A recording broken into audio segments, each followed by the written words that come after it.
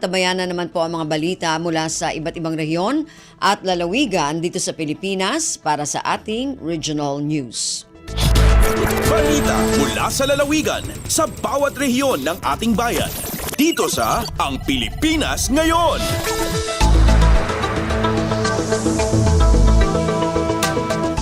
Dumako na tayo sa ating regional news. Unahin natin ang mga balita mula sa Luzon. Mula sa Lawag, Forest Hope Campaign, matagumpay na isinagawa. Ang detalye ng balitang ito mula kay Rani Dorilag. Balaygian ay sayanggat ti Forest Hope Campaign ti World Mission Society Church of God Lawag City. Babenti panagmula karigidi sumagmamano klase ti kayo. Segon kini Miss Jimpul Raranggol iti nasong relihiyon na sayanggat ti panagmula ti Fire Tree. Golden Shower, Banabaken, Kawayan, idaglawlaw ti sanitary landfill iti barangay 40 Balatong dito yung siyudad Tilawag. Umabot iti sa ngagasot 30 ang nagboluntaryo ang nakipagmula iti grupo. Manipod iti naso nga barangay, Philippine National Police, Bureau of Fire Protection, ken DENR, Senro, Lawag. Kalpasan ti panagmula, naisayangkat pa iti panel campaign ken nailawlawag dagiti epekto ti desertification, kasano ang maliklikan dito ken naipakita dagiti aktibidad ti relihiyon tapno may salbar ti aglawlaw. Manipod iti Radyo Pilipinas Lawag, Rani Dorilag para sa Radyo Pilipinas World Service. Balita mula sa lalawigan sa bawat rehiyon ng ating bayan. Dito sa Ang Pilipinas Ngayon.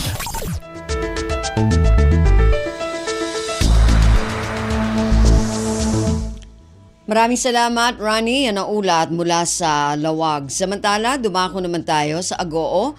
Race campaign ng SSS muling isinagawa sa San Fernando City, La Union. Ang detalye ng balitang ito mula kay Albert Kawile.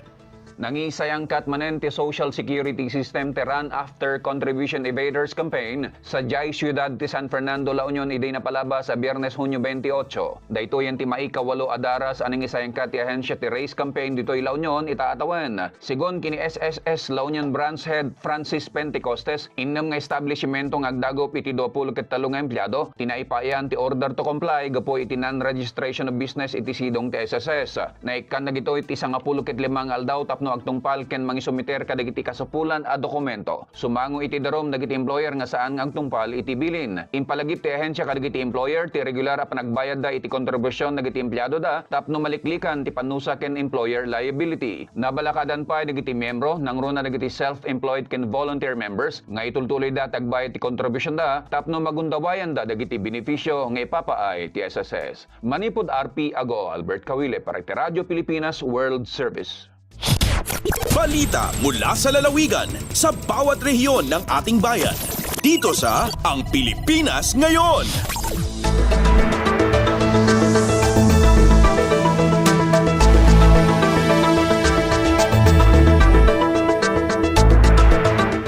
Maraming salamat, Albert. Yan ang ulat mula Agoo at kabuuan na ulat mula sa rehiyon ng Luzon.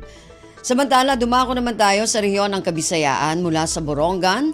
Serbisyo caravan ng pamahalaan dinala sa 3 malalayong barangay ng Balangiga sa Eastern Samar.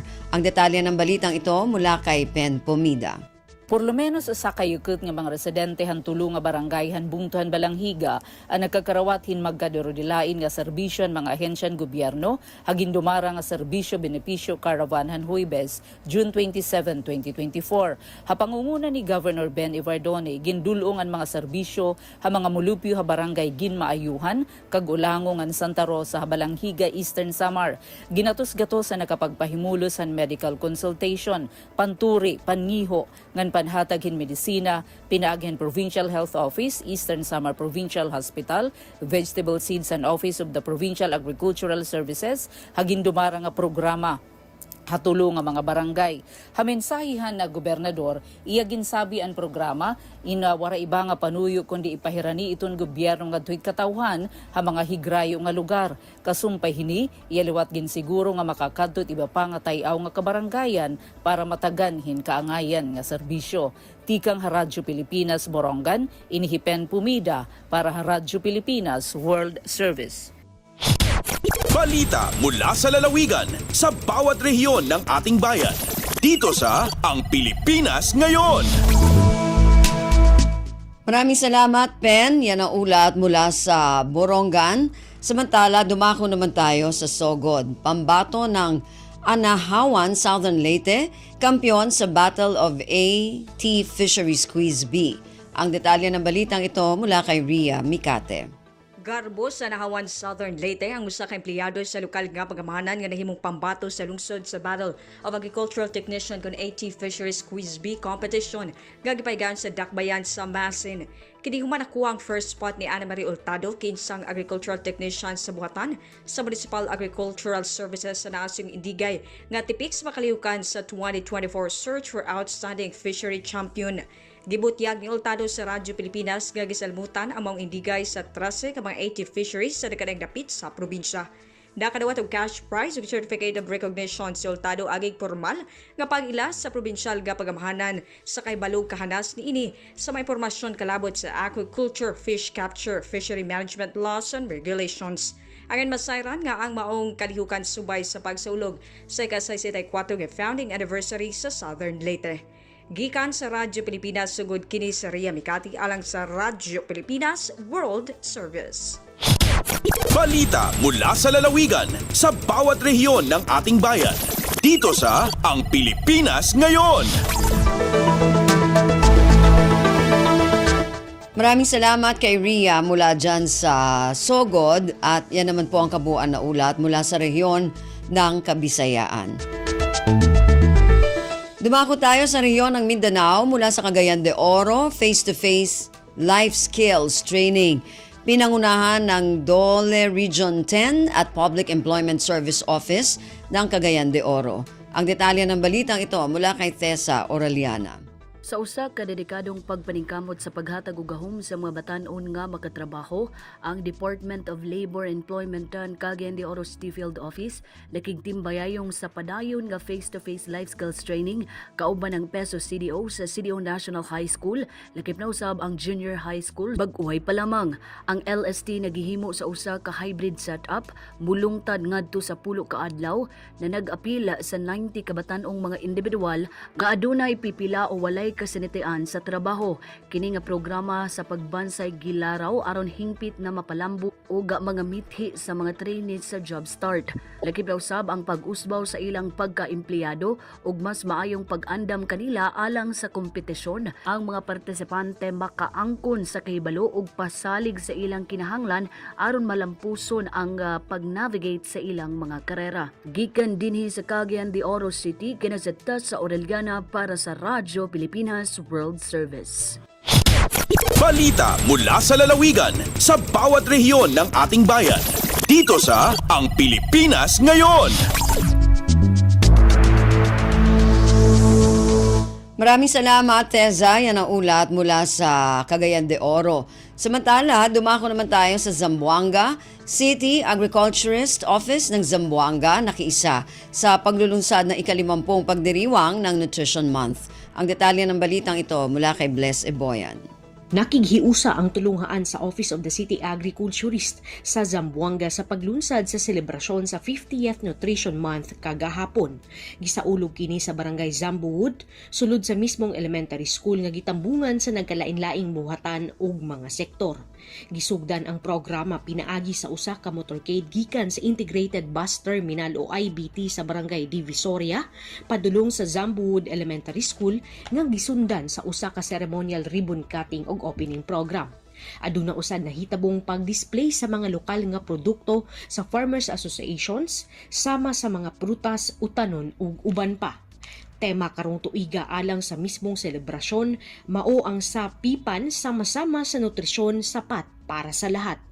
Gikan diri sa Radyo Pilipinas Zamboanga kini si Bless Iboyan para sa Radyo Pilipinas World Service. Balita mula sa lalawigan sa bawat rehiyon ng ating bayan. Dito sa Ang Pilipinas Ngayon. Maraming salamat, Bless. Yan ang ulat mula Zamboanga. Samantala, dumako naman tayo sa Iligan. GrabCar, opisyal na ilulunsad ngayong linggo sa lungsod ng Iligan. Ang detalye ng balitang ito mula kay Alwidad Basher.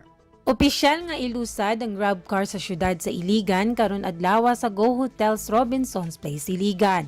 Gipanguluhan kini sa kumpanya uban sa maayong mayor sa syudad, si Mayor Frederick W. Siao o gubang pang mga empleyado sa mga ahensya sa gobyerno.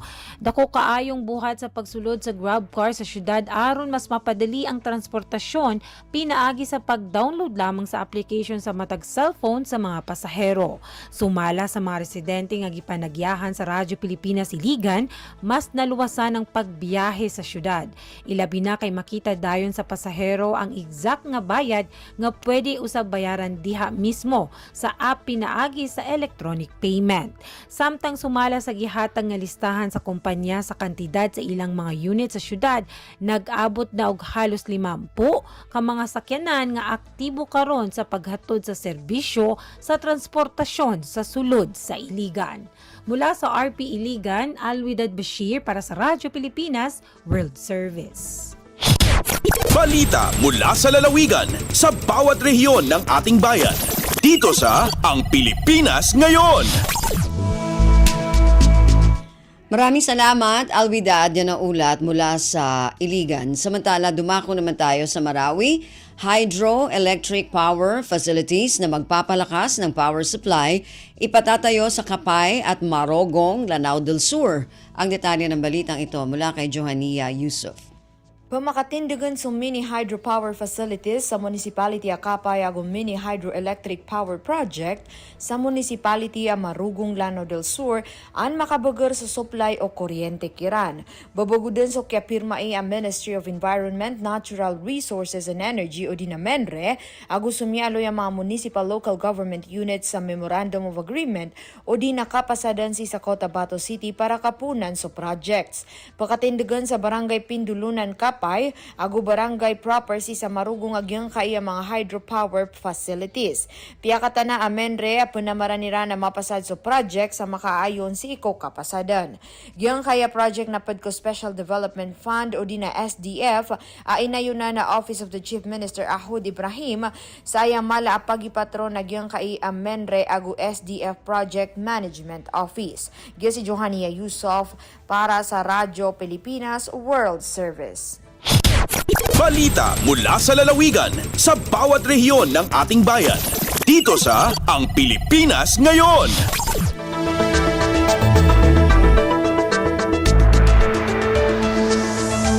Maraming salamat kay Johania mula dyan sa Marawi at yan naman po ang kabuuan na ulat mula sa rehiyon ng Mindanao.